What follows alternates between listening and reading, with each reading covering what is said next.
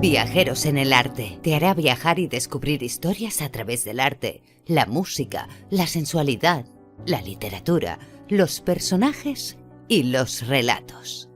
¿Me acompañas? Pues esta es su historia, con Beatriz Vivar. Si hoy es viernes, esto es Viajeros en el Arte. Mi nombre, Pedro Pablo Atoche. ¡Comenzamos!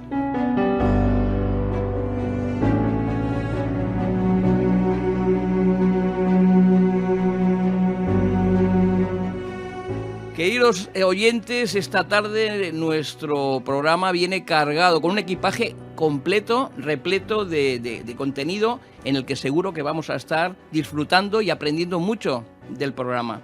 Como compañeros de viaje nos acompañan Jordi Beltrán, en la sección Barcelona Art Experience, que nos presentará uno de los artistas del realismo más reconocidos dentro y fuera de nuestro país. Ricardo Barbeito, en la pasarela del arte con nueva camiseta, nuevo artista y, como no, Antoni Tolmos en su nueva sección, Tu Mejor Escenario. Nos presentará y nos comentará como coach del programa pues sus técnicas y su libro. Así es que no os lo vayáis a perder y seguidnos en las redes sobre todo. Viajeros en el arte también te escucha. Museos, galerías, exposiciones, artistas, medios, música y literatura.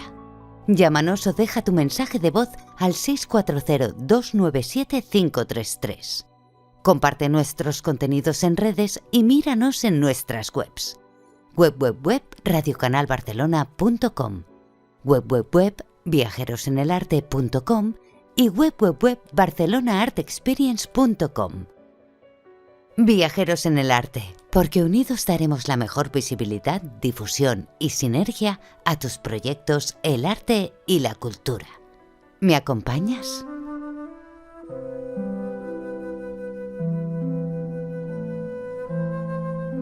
Hola Jordi. Hola, ¿qué tal? Buenas tardes. ¿Qué tal, Pedro? Pues mira, estamos aquí para aprender más de ti, sobre todo, y disfrutar de tus obras.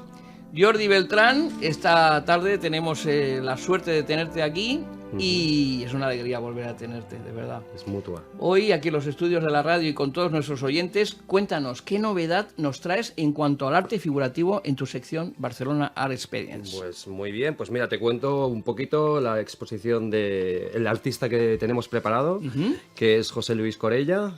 Caramba. Es uno de los importantes, otro artista referente, y una vez más la exposición del MEAM propone pues grandes obras o grandes artistas. Fantástico. Todo en el mundo figurativo.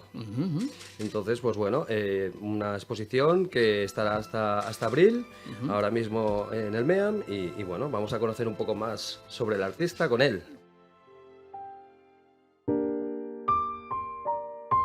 Las obras de arte hiperrealistas son una invitación a sumergirse en una ilusión, un juego de luces y sombras que te trasladan a un mundo donde la realidad se desdobla en un reflejo perfecto.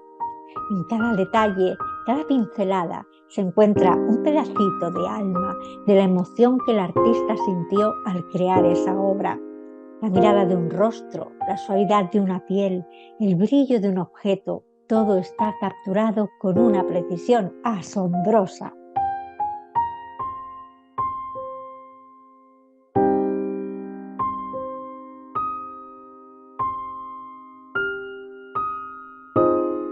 Cada una de estas obras es una historia en sí misma, una historia de dedicación y pasión, de horas y horas de trabajo y de una búsqueda constante a la perfección.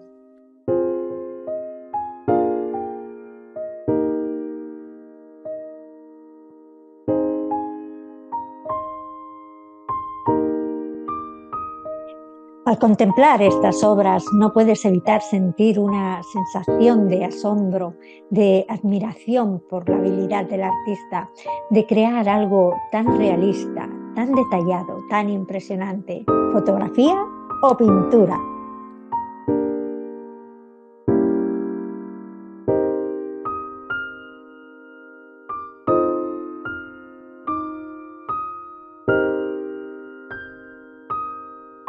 Es como si el tiempo se detuviera y cada detalle cobra vida ante nuestros ojos. invitándonos a sumergirnos en un mundo de realismo mágico donde la belleza y el arte se unen para regalarnos una experiencia única e inolvidable.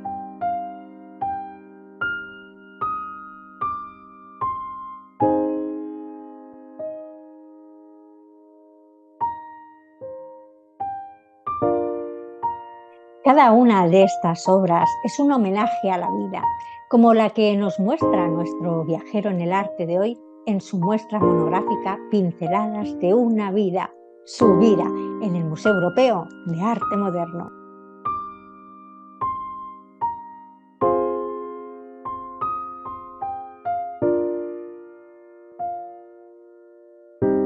Licenciado en Bellas Artes en la Facultad de San Carlos de Valencia, especializado en dibujo y pintura, restauración, grabado y escultura, sus obras se han expuesto en museos y ferias de todo el mundo con reconocidos premios.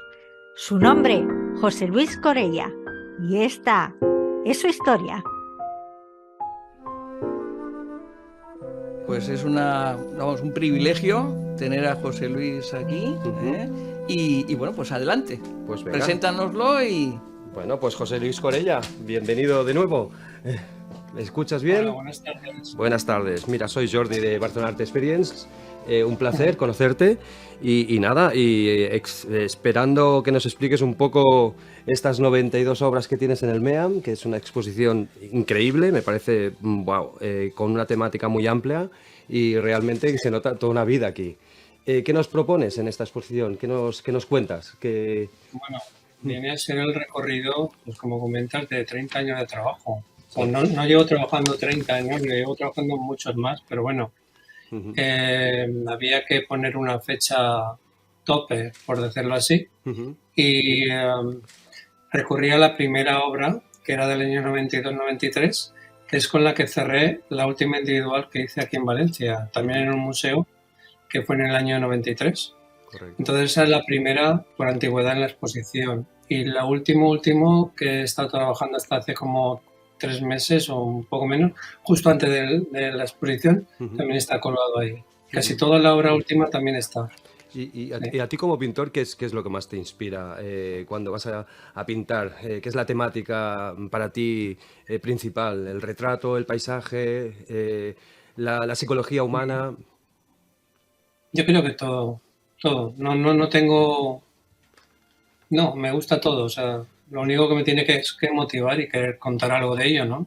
Te estimula. Porque si no, no tiene sentido. Yo creo que la pintura lo que tiene que contar es algo. Entonces, el hecho de que vivas en un entorno y con gente o te cambies a otro entorno es lo que te puede dar el tema, a lo mejor. Es lo que básicamente son mis temas, son mi entorno. ¿Le das mucha importancia o le das más importancia a la temática que a la técnica en sí? ¿O crees o consideras que pues la técnica tiene tanta importancia o más que lo que estás explicando o lo que estás contando? Yo creo, y he llegado a la conclusión con los años, que lo importante es lo que cuenta la obra más que la técnica. La técnica es importante porque ayuda a contar, ¿no? Pero si no hay un mensaje detrás de la pintura, no, por muy buena que sea la obra, puede ser una fotografía, o sea, con una técnica asombrosa, pero dejarte frío porque no cuenta nada. O sea que Claro. yo creo que es más la historia que hay detrás. Y si tienes una buena técnica, pues siempre tienes recursos a los que acudir, ¿no? Pero Entiendo que por lo que cuentas, entonces lo que quieres contar, la profundidad del tema es casi lo más difícil en la pintura, más que la técnica. La técnica se puede aprender y a través de los años mejorar, pero lo otro, la inspiración, ¿es lo difícil? Sí, yo creo que sí. Sí. Vale. La técnica es una cuestión de aprenderlo, como comentas, pero el saber ver, el saber contar, eso es más complicado de aprenderlo, ¿no? Oye, ¿y cuáles son tus referentes de artistas del pasado? ¿En qué cuando estás perdido, si es que estás perdido en algún momento como pintor, que supongo que sí, que forma parte de la pintura, ¿dónde vas a buscar inspiración del pasado? ¿Qué artistas? Pues me voy a todo lo contrario de lo que yo hago. Me voy desde Rembrandt, Velázquez, Lucian Freud, Bacon, David Hockney, Andrew White, es decir, muy así, ¿no? Es decir, cosas potentes de color, potentes de forma y, y no precisamente realistas, porque lo que quiero es algo que me aporte, es Claro. algo diferente. No ver lo mismo porque sería estar haciendo una interpretación de la pintura de otro, sino algo que me abra un poco la mente, ¿no? Ujú. ¿Cómo es tu espacio? Tu taller? Cuéntanos un poco de tu día a día. ¿Es un taller amplio? ¿Tienes luz de norte como los típicos de la academia? ¿O esto es No, otra...? mi taller es un taller pequeño, normal. Cada día se parece más al de Bacon. Wow. Bacon lo tenía que no se podía entrar. Entonces el mío no es demasiado grande, pero yo creo que aún lo hago más pequeño. Tengo ese tipo de necesidad de sentirme como muy arropado por muchas cosas alrededor, ¿no? Y lo trabajo con luz artificial, porque como trabajo muchas horas, necesito tener una luz continua. No utilizo luces naturales. Vale. Y nada, como digo yo, es como yo digo como estar en el monasterio o en el convento. Estoy todo el día ahí metido. Todo el día, no importan las horas, el día. No importa ni las horas, ni los días, ni nada. Que es una cuestión de, no sé, yo me siento muy a gusto y muy cómodo estando... Sí. ¿Y qué piensas de las etiquetas estas que ponen normalmente de la gente de entre hiperrealismo, realismo, toda esta discusión que ya cansa de la pintura? Yo no soy muy partidario de ello, porque yo creo que hay o buena pintura, mala pintura, pintura que te llegue, pintura que te transmita. Correcto. Y etiquetar, pues como que no. O sea, no. No eres de etiquetas, ¿no?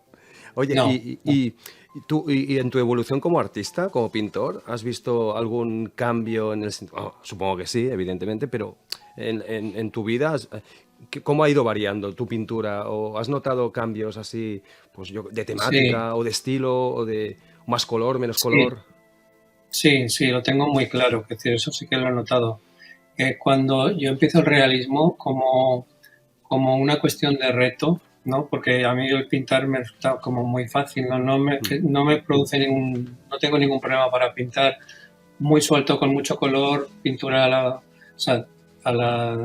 directamente y tal.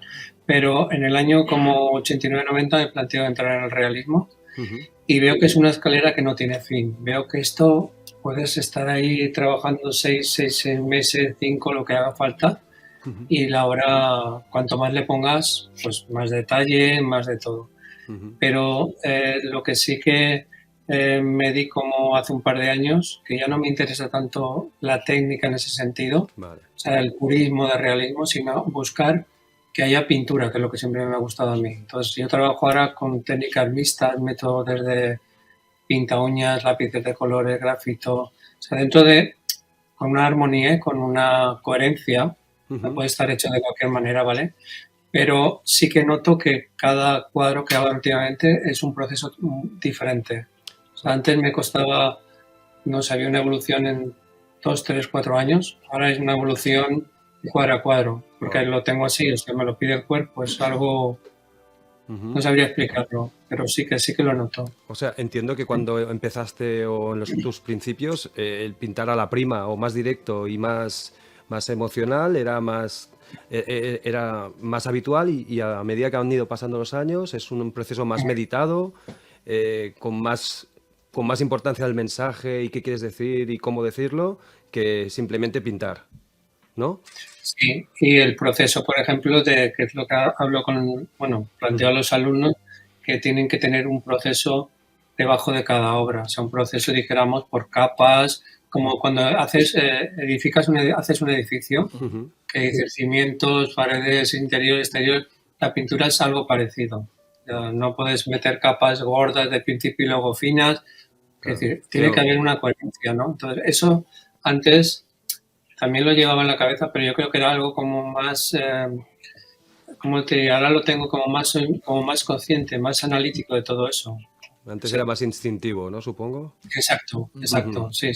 Claro, es que además supongo que el tema de cuando estás trabajando en óleo, que es tan importante los tiempos del óleo y conocer esto para trabajarlo bien, claro, Vale, vale. Y la última pregunta que te hago es, como has dicho antes, no hay horarios en tu taller, tú eres diurno, nocturno, sabes que hay muchos artistas que se inspiran por la noche, tú no, tú pintas cuando lo sientes, ¿es una inspiración o es más... Cuando siente, no, cuando siente, no, esto es un trabajo, Vale. trabajo, yo Claro, todos claro. los días, 8 o 10 horas, toda la semana, todos los meses, Wow. y aquí no es una cuestión de inspiración, como decía Picasso, la inspiración que tengo entre sentado, ¿no? Esto es una cuestión de que hay veces que me duele el brazo, como hoy me duele el cuello, y pinto, o sea, la pintura tiene ratos buenos y ratos... No es una cuestión de sentarme cuando me apetezca, es una cuestión de... Para mí la pintura es algo como un trabajo, es un hobby que es un trabajo donde no me puedo permitir perder días ni perder horas, ¿no? Esto es... ¿Qué es lo más difícil en la pintura para ti? En la pintura. Lo más difícil. Lo más difícil sí, lo más fácil y lo más difícil. Los puntos que consideras fáciles. Los más extremos, ¿no? Sí.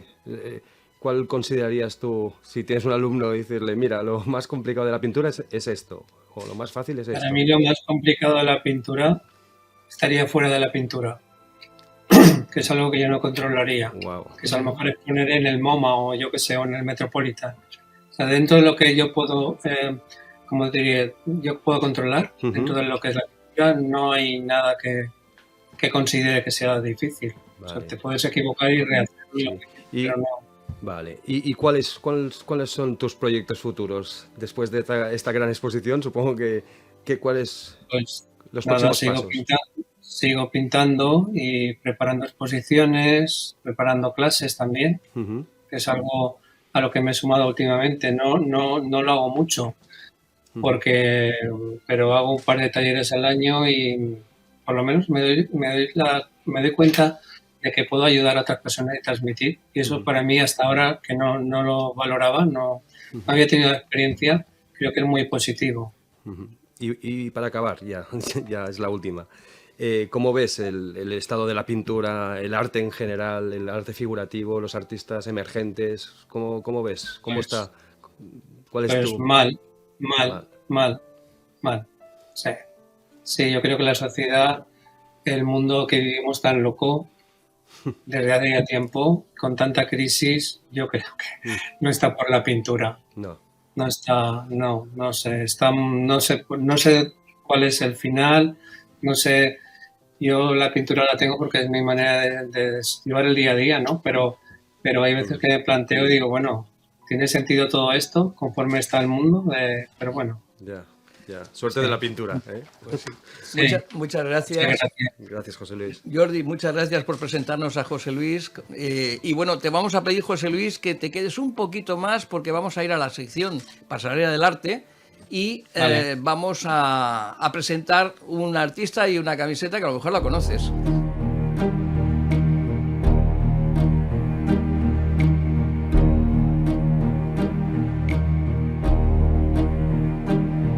Buenas tardes, Ricardo. ¿Qué tal? ¿Cómo estás? Buenas ¿Bien? tardes. Bien. Bueno, hoy tenemos una obra y una camiseta nueva para que sorprendas a nuestros oyentes. Y tenemos un invitado de lujo. O sea que, ¿por qué no nos lo presentas? Buenas tardes, José Luis Corella. Bueno, esto para mí es un placer, poder llevar tu obra, ensayo sobre las emociones, y nada mejor que lucirla en mi serrano cuerpo, como se diría, ¿eh? Así que aquí la tienes para que la puedas ver bien. Sí, ¿vale? Sí, fenomenal. No, esto gracias a ti por serigrafiarla.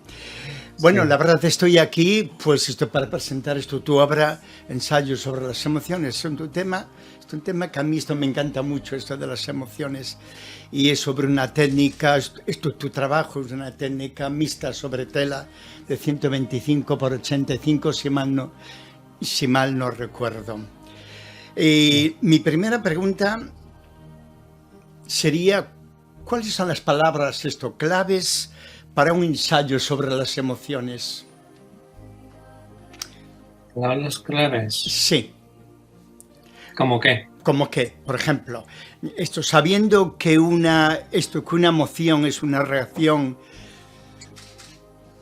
subjetiva ante el estímulo, ¿cuál dirías que son estas las emociones? Por ejemplo, cuerpo, enfermedad, emociones, energía.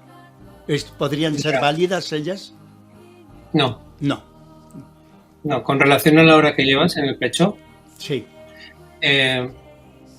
Vamos a ver, cuando yo me planteo esa pieza, que no está dentro de lo que es mi trabajo habitual, porque normalmente trabajo en soportes limpios, soportes nuevos, esa obra yo creo que surge dentro de lo que es el caos del COVID, que la gente, yo, bueno, no me trastorné por decirlo así, pero vi no sé, fue algo muy diferente. Me planteé cosas que no había hecho nunca y que no he vuelto a hacer. Lo cual queda un poco esto reflejado, si estás de acuerdo conmigo, está la enfermedad, porque el COVID, pues esto no dejaba de ser una plaga que, sí, ¿verdad? Sí, en ese sentido sí. En ese sentido. Lo decía porque como esa obra la trabajo sobre un soporte que yo me encontré en una basura y estaba pintado, que tiene mucho volumen, cuando yo empiezo a colgar diariamente segundos, no llegaba ni un minuto, del proceso diario de esa obra en internet, iba poniendo cada día lo que era una emoción. Wow. O sea, colgué 70 vídeos en directo y eran 70 emociones, pero no me entraba ni la enfermedad, me entraba, pues no me acuerdo ahora, podía haber preparado, tenía la hoja por aquí donde tenían las diferentes emociones y recurrí pues desde alegría, pero enfermedad eso no, y cuerpo tampoco, yo creo que iban por otro lado, era el estado que yo me venía sintiendo en ese momento diariamente y era el enunciado, por eso le llamé ensayo de las emociones, porque era conforme me iba sintiendo yo. O sea, que era una obra viva, realmente. Era una obra viva que iba evolucionando poco a poco a la par que tú ibas viviendo las nuevas situaciones que nos encontrábamos. Exacto. Es una maravilla, es tremendo. Sí, lo que pasa es que luego lo que hice fue quité de internet los 70 vídeos. O sea, los 70 vídeos que yo te iba a decir, quiero verlos porque realmente los quité, debe ser muy interesante.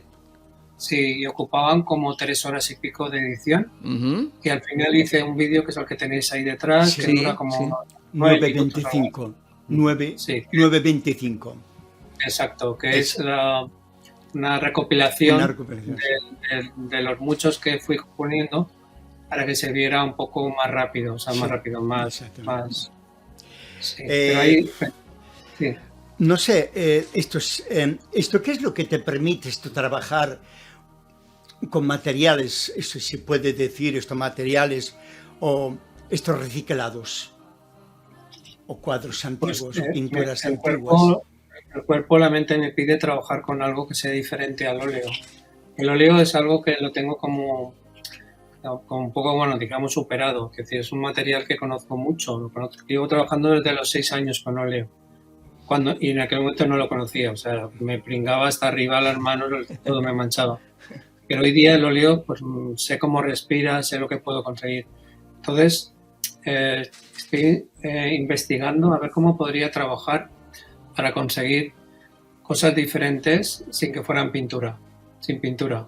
Y es lo que llevo en la cabeza. Sería algo, si quisieras un símil, que vendría a ser algo pero parecido y no parecido, que sería lo de los cocineros estos que hacen como la tortilla, que no es la tortilla, es una fusión rara que... Exacto, sí. Tras ello, no sé, tengo ese tipo de necesidad, pero no lo tengo claro. Que sé que estoy ahí dándole vueltas, a ver qué puedo hacer, con qué tipo de materiales, sí, es algo...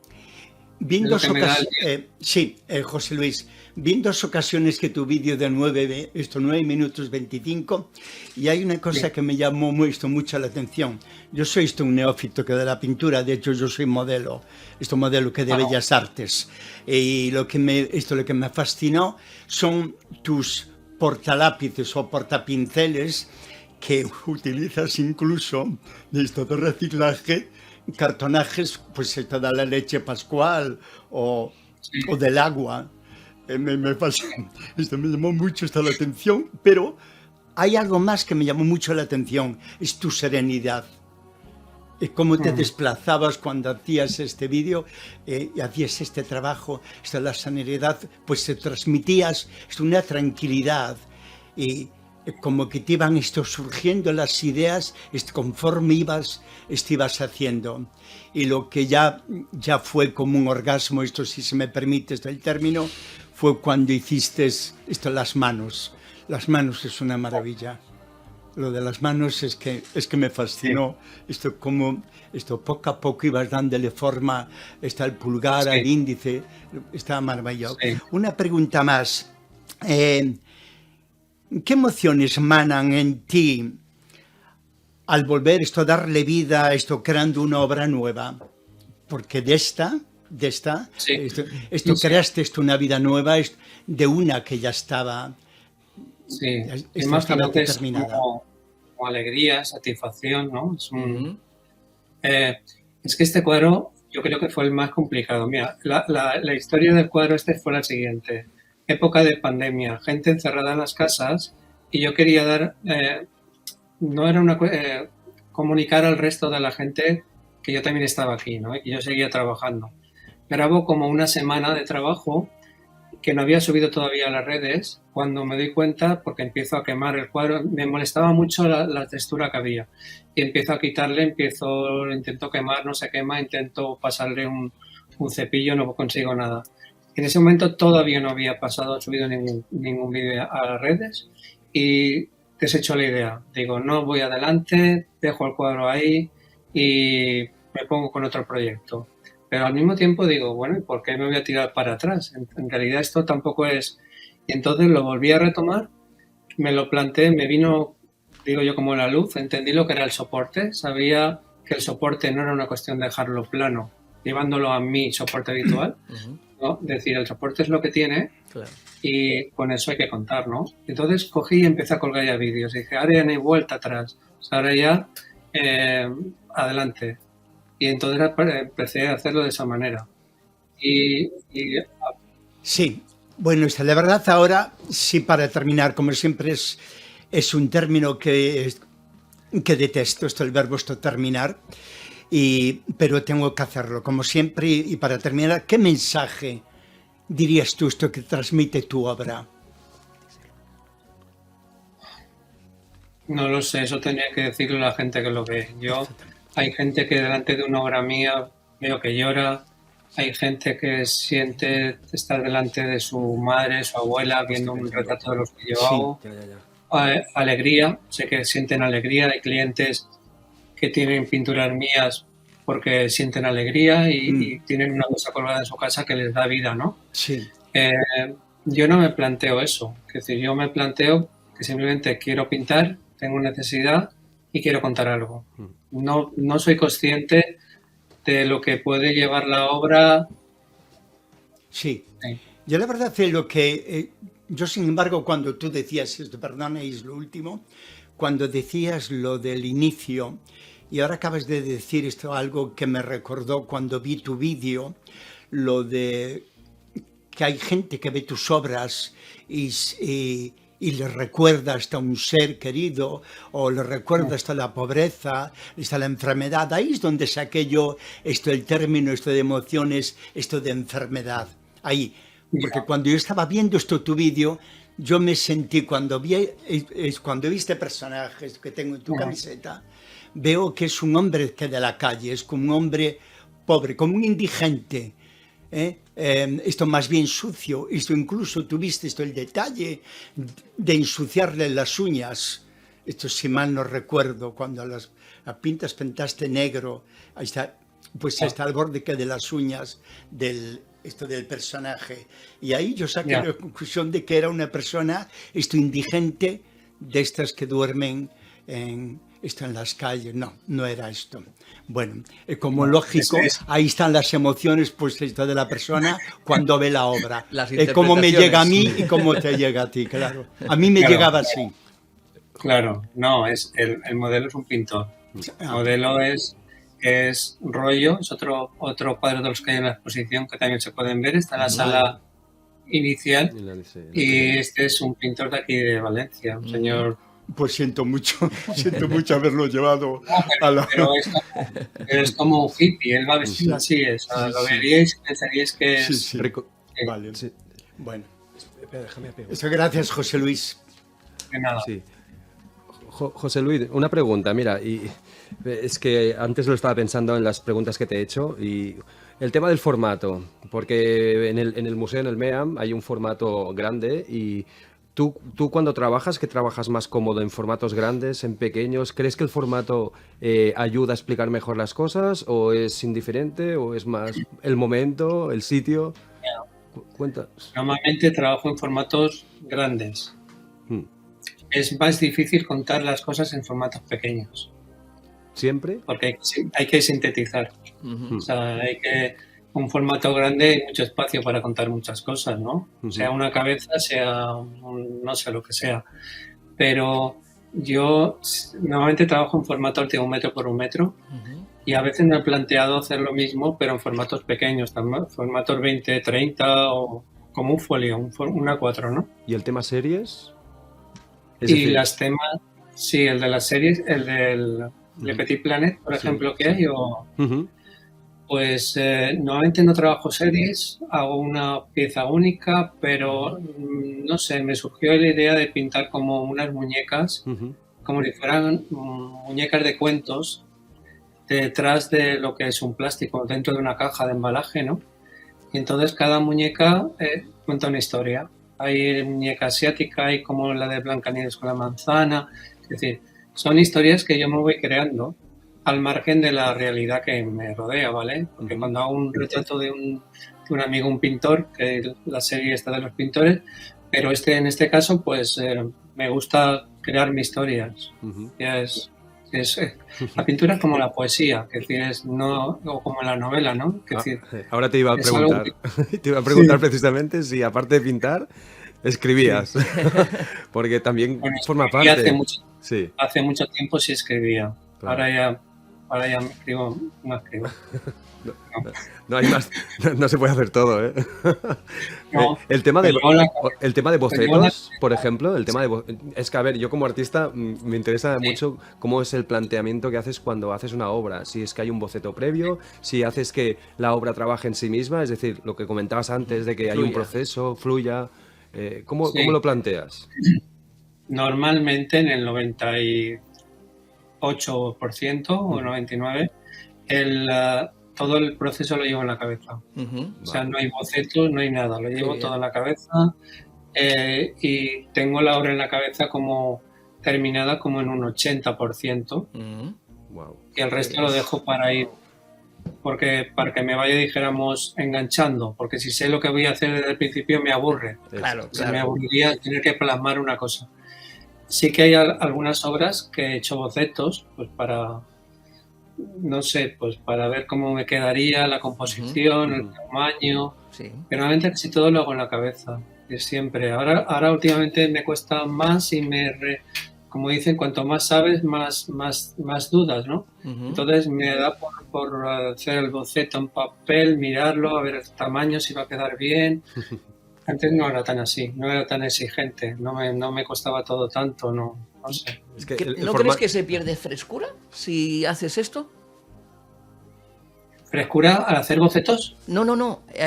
Al encajonar eso de tal manera que tú mismo te estás... quieres ser más perfecto realmente y por eso dudas a veces o... No. Porque lo que más me ha gustado a mí es cuando me has comentado que habías restaurado esa obra, o mejor dicho, habías hecho que renaciera esa obra que estaba muerta y el hecho de que ese proceso fuera prolongado, que la pintura tuviera, para mí, una vida propia, que tú le estabas reanimando realmente, le estabas haciendo un boca a boca, le estabas haciendo crecer poco a poco en tu mente, le hacías realmente... había como una connivencia entre la obra y tú, que es lo que cualquier artista yo creo que realmente nos une a esa obra. Yo también pinto, afortunadamente, tengo esa suerte, no soy tan eficaz, pero entiendo que esa connivencia que existe entre la obra y el artista es como un lazo umbilical, algo que te une y que te va dando nutrición como para ir prosperando poco a poco. Y eso me dices que en un 80% tú ya lo tienes casi creado en tu mente. Eso es una maravilla. Sí, o más, a veces más. O sea, es cuestión, yo veo una situación y me sugiere pintarlo y ya lo tengo, o sea, lo veo claramente. Lo visualizas, ya lo tienes. Sí. Qué maravilla. Sí. Eso es maravilloso. Sí. Es como, bueno, como los deportistas de élite, ¿no? Que visualizan antes las jugadas claro. y...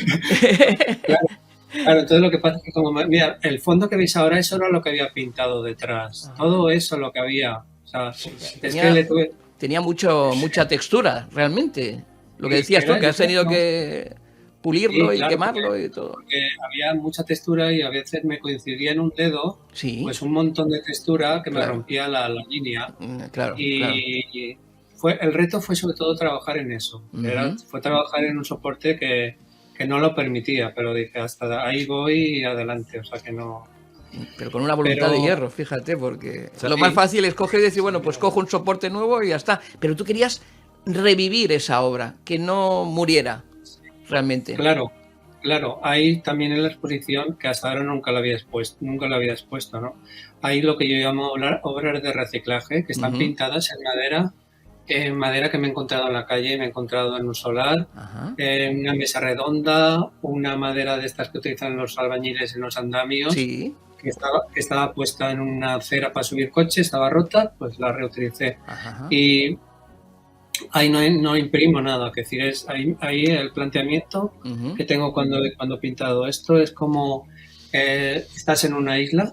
No tienes materiales, no tengo pinceles, no pinto con óleos, pinto con pigmentos, pinto con poliuretano, pinto con barniz X. Caramba. Y tengo ganas de pintar, tengo necesidad de pintar, pues te buscas la vida. Y con lo que hay, pintas. Entonces ese es el planteamiento que hago cuando trabajo en ese tipo de cosas. ¿Y son agradecidos esos soportes? Por supuesto, claro, porque son realmente muy unas bases muy diferentes, ¿no? Realmente. Sí, te toca luchar, no las imprimo, o sea, no tienen imprimación, ni imprimación siquiera. No, ni lijadas ni nada, o sea, las abordo tal cual. No, la verdad es que parece una metáfora del momento que vivíamos. Claro. Es decir, un momento de pandemia, parece que se acaba un mundo. Una ave fénix que renace. Se acaba un mundo y hay que renacer de lo que tenemos. Claro. Y esto es una metáfora en la pintura. Es decir, le das vida a algo pasado. Claro. José Luis, yo voy a tener la fortuna, porque hay mucha gente que estará deseando ver tu obra en el MEAM.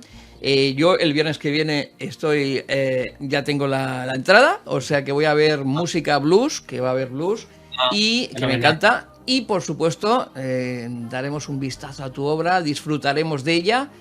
Y me gustaría preguntarte una cosa. ¿A ti qué te representa haber expuesto o estar exponiendo en el MEAM? Porque para mí como artista realmente considero que eso es maravilloso, digno de un artistazo. O sea que realmente, ¿qué supone para ti? ¿Qué sientes? Pues súper agradecido por un lado. Porque en la situación y en la época en que estamos, exponer es muy complicado. Sí, es verdad. Exponer en un museo, pues para mí es un lujo. Porque, por un lado, porque no tienes la necesidad de exponer en una galería. Claro. La gente puede entrar libremente a ver las obras sin el condicionante de que piense que tiene que comprar. Exacto. Y luego que está mucho más tiempo que podría estar en una galería. A mí me gusta más el compartir, que el vender, en ese sentido. Que claro. Yo soy un pinto para vendo porque tengo que comer. Claro, normal. Pero no es mi fin último ni principal. Es decir, para mí es un modo de vida. Necesitas pintar. Pintar y compartir. Sí. Claro. Me parece genial. Pues José Luis, compartir emociones. Nos has dado hemos aprendido muchísimo de tu obra. Hemos estado encantados de tenerte en nuestro programa Viajeros en el Arte. Ya sabes dónde está tu casa, por supuesto, en cualquier momento.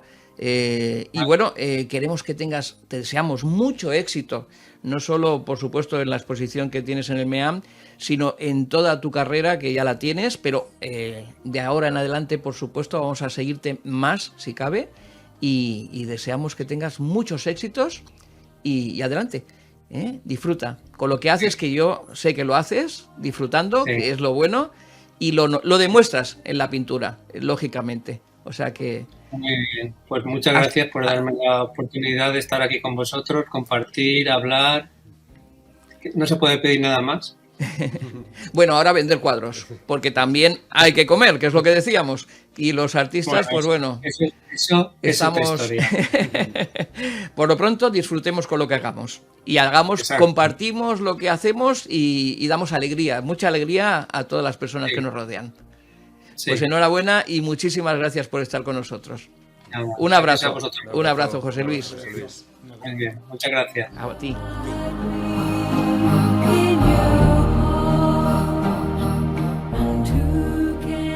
Y llega el momento de dar paso a un nuevo colaborador y un coach del programa, Antoni Tolmos, en su nueva sección Tu mejor escenario, y del que vamos a aprender mucho, no me cabe ninguna duda. Soy Antoni Tolmos. Me inicié en los escenarios hace más de 25 años, creyendo ingenuamente que mi misión era tocar el piano para recibir el mejor aplauso. Poco a poco sentí la necesidad de ir más allá y saber el porqué de las lágrimas de emoción que suscitaba mi música. Un día, algo increíble ocurrió. Me levanté del piano, les hablé mirándoles a los ojos, y como por arte de magia, al oírme hablar, les gustó más cómo tocaba. Investigué, aprendí, enseñé y hoy te entrego estas palabras llenas de música en donde te explico las claves para actuar de manera altamente efectiva en el escenario más alucinante que nos ha tocado pisar, la vida. Antoni, muy bienvenido al programa y hoy comenzamos contigo una sección nueva con el nombre de Tu mejor escenario, que es tu libro. Y bueno, ahí hay unas pautas que tenemos que aprender para tener un éxito en la vida, uno más, algo que es necesario para todos. Cuéntanos de qué temas nos vas a hablar en el primer programa. ¿Del talento, me dicen? Bueno, ¿Sí? sí. Qué bien. Pues adelante. Te comento. Bueno, pues la palabra talento, la verdad es que esconde un sinfín de otros términos que a veces los utilizamos como sinónimos, como pueden ser las habilidades, las capacidades, incluso el tener un don, que yo me acuerdo que siempre de pequeño me decían, es que tú tienes un don, ¿no? Tienes un don. Y en este caso, el talento, si nos remitimos un poco al origen de esta palabra, es una palabra de origen griego. Ajá. Y en Grecia el talento era una medida de peso, es para cómo se utilizaba para pesar las mercancías. Anda. Y a la vez también era una Una moneda. moneda. El talento, Eso es lo que te iba a decir. El talento.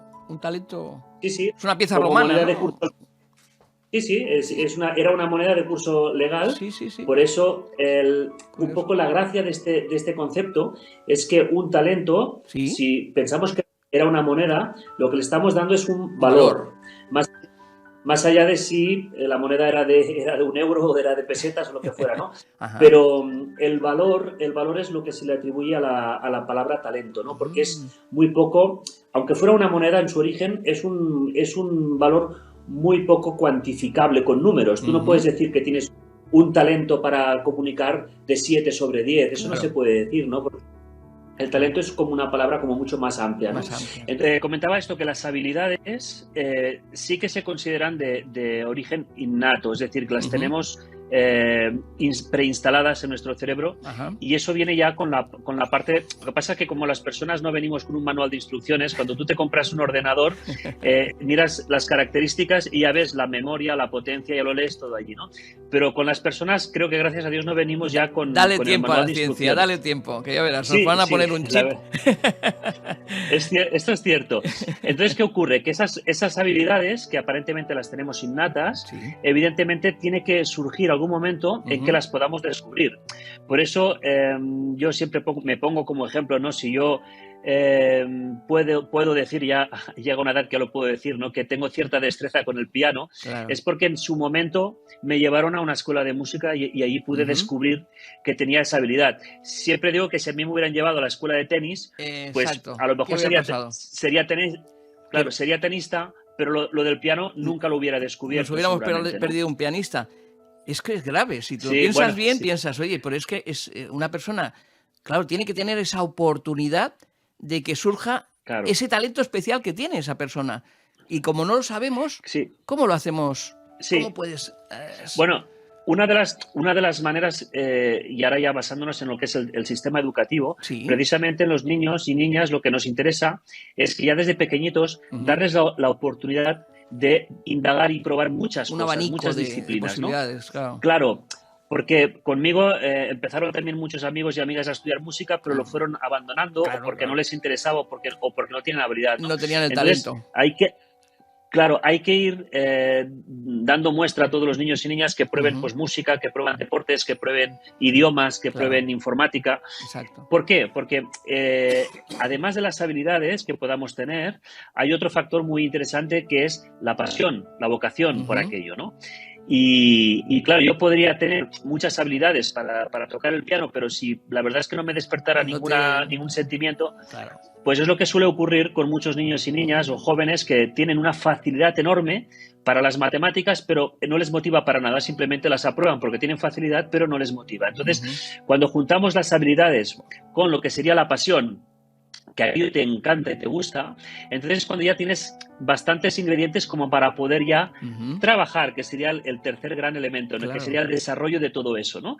Tengo habilidades, me apasiona lo que estoy haciendo, con lo cual si yo le añado el trabajo, evidentemente la disciplina, el estudio en cualquier disciplina es imprescindible, entonces ya tengo estos tres elementos que de una manera muy concreta el señor Ken Robinson, que es murió hace poco tiempo, hace muy poco tiempo, pero era considerado el mejor pedagogo del mundo, Ken Robinson, nos daba la teoría del elemento. La teoría del elemento, que él le llamaba The Element, es donde se juntan aquello que tú tienes habilidad, aquello que te apasiona y aquello por lo que te pueden pagar. Bueno. Entonces, cuando tú consigues tener esas tres cosas, dicen que has encontrado tu elemento, ¿no? The Element. Ajá. Y es uno de los primeros pasos para poder, dicen, llegar a ser feliz en tu trabajo, ¿no? Claro. Se te da bien, ¿Te se gusta? te da bien, te gusta, te apasiona y trabajas duramente con ello, con lo cual Y puedes ir a vivir de trabajar ello. pues es una fiesta, ¿no? Esto sería Claro. la base del talento, sería Claro, eso, sí, sí. Oye,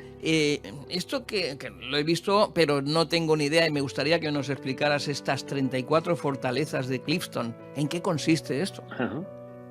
Sí, ahí voy. De hecho, cuando yo empezaba a estudiar todo el tema del desarrollo humano, el talento, el crecimiento personal, Sí. yo empecé a investigar sobre las habilidades, ¿no? Sobre las habilidades humanas. Ujú. Empecé a buscar listas en donde encontrar aquella habilidad que pusiera, por ejemplo, tocar el piano. Ujú. Y yo la buscaba y sí, alguna vez salía en algún sitio, pero me di cuenta que no, que más bien no. Yo pensaba que lástima, ¿no? A mí que me habían dicho que yo tenía un don, una habilidad y resulta que no salen las listas más importantes. Y entonces lo que hice es descubrir en su momento lo que son las 34 fortalezas Sí. de Clifton. Clifton era el psicólogo que un poco planteó esa teoría de las 34 fortalezas, Ujú. en donde él no está hablando de habilidades específicas como tocar el piano o a lo mejor pues ser alpinista, Ujú. ni ser deportista, sino lo que hablaba era de habilidades muy genéricas, estas Sí. 34, Sí.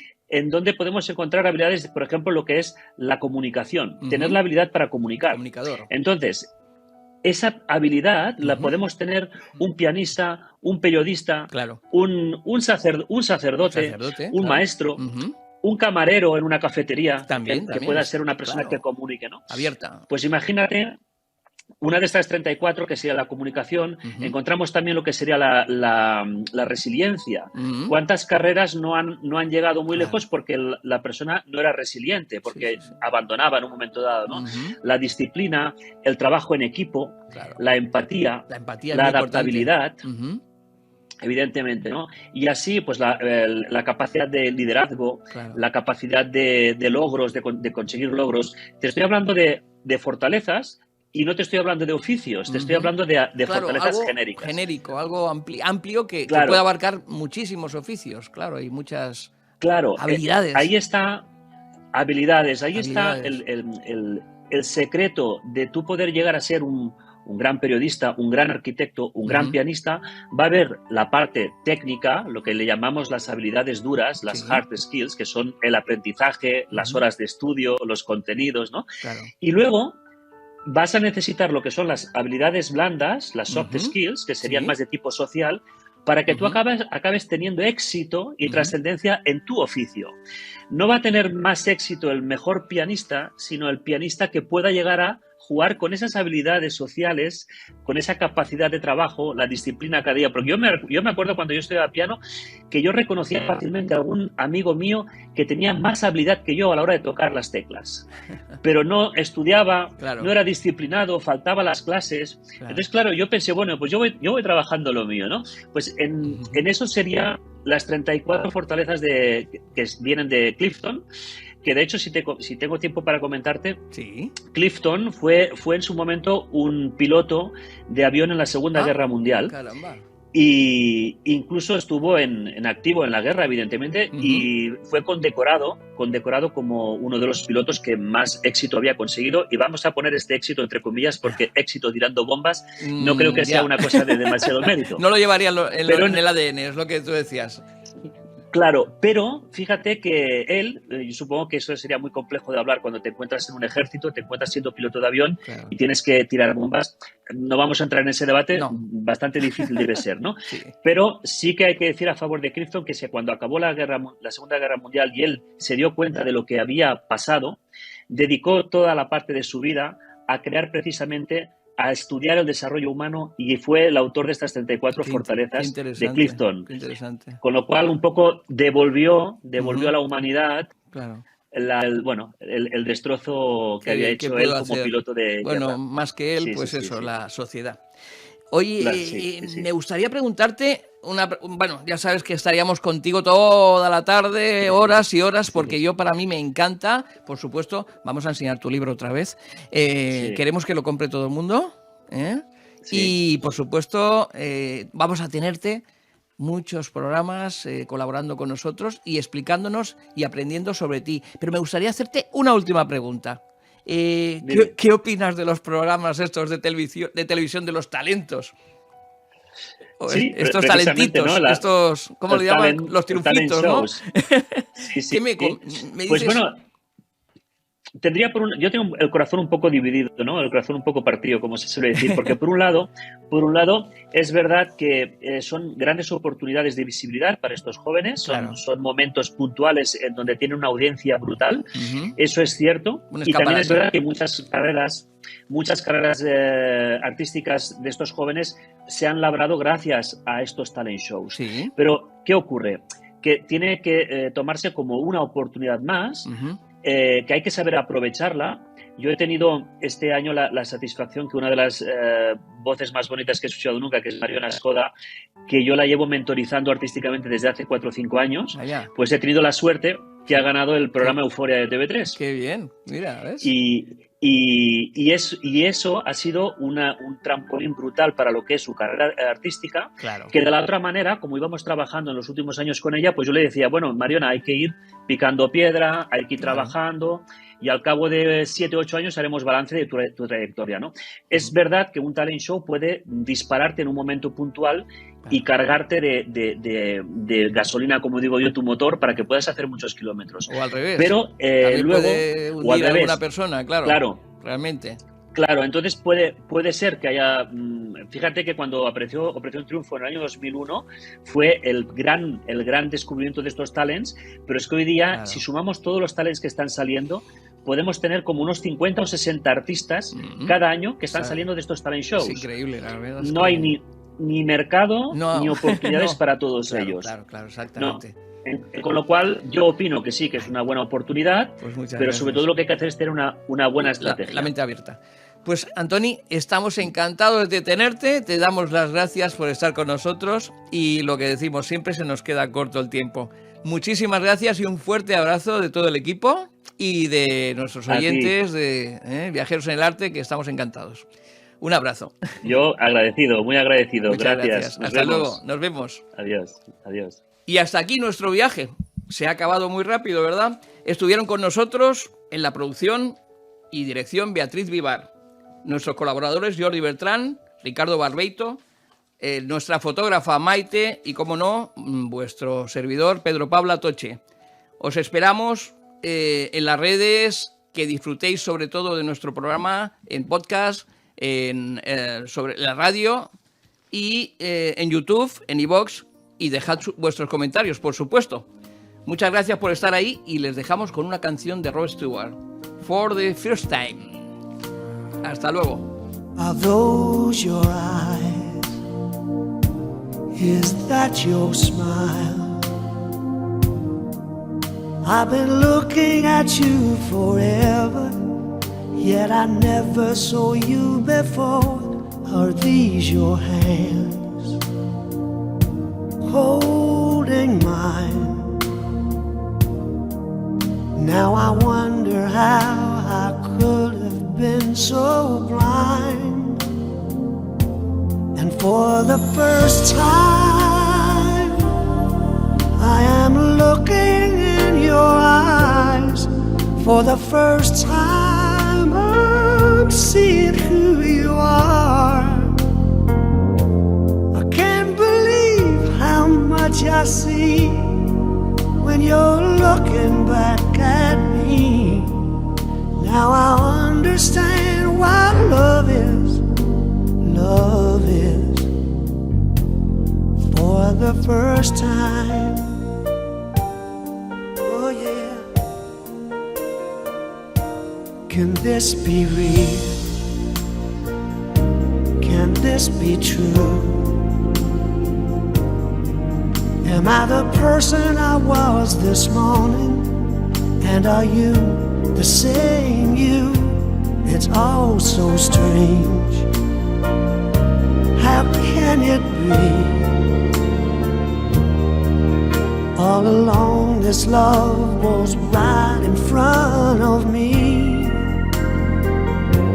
And for the first time I am looking in your eyes. For the first time I'm seeing who you are. I can't believe how much I see when you're looking back at me. Now I understand why love is for the first time. Ooh. Such a long time ago I had given up on finding this emotion ever again, but you're here with me now. Yes, I found you somehow, and I've never been so sure. And for the first time I am looking in your eyes. For the first time I'm seeing who you are. Can't believe how much I see when you're looking back at me. Now I understand what love is for the first time.